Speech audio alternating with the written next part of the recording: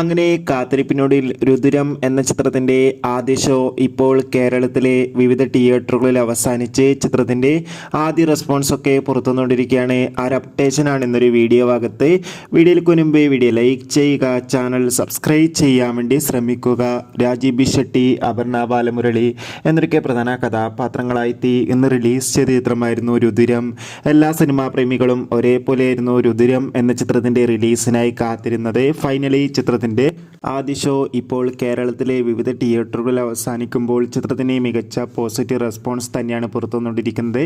ചിത്രം കാണുന്ന എല്ലാ സിനിമാ പ്രേമികളും ഒന്നടങ്കം പറയുകയാണ് രുദ്രം എന്ന ചിത്രം മികച്ചൊരു ആക്ഷൻ ത്രില്ലറാണെന്നും ചിത്രത്തിൽ നമുക്ക് അപർണ ബാലമുരളിയുടെയും രാജീവ് ഷെട്ടിയുടെ അതിഗംഭീരമായ പെർഫോമൻസ് ഒക്കെ കാണാൻ വേണ്ടി സാധിക്കുന്നുണ്ടെന്നും എന്തായാലും ചിത്രത്തിൻ്റെ കൂടുതൽ റെസ്പോൺസിനായി നമുക്ക് കാത്തിരിക്കാം. രുദ്രം എന്ന ചിത്രം കണ്ടവരുടെ അഭിപ്രായം തീർച്ചയായും കമൻറ്റ് ബോക്സിൽ രേഖപ്പെടുത്താൻ വേണ്ടി ശ്രമിക്കൂ. അടുത്തൊരു വീഡിയോയിൽ കാണുമ്പോൾ ബൈ.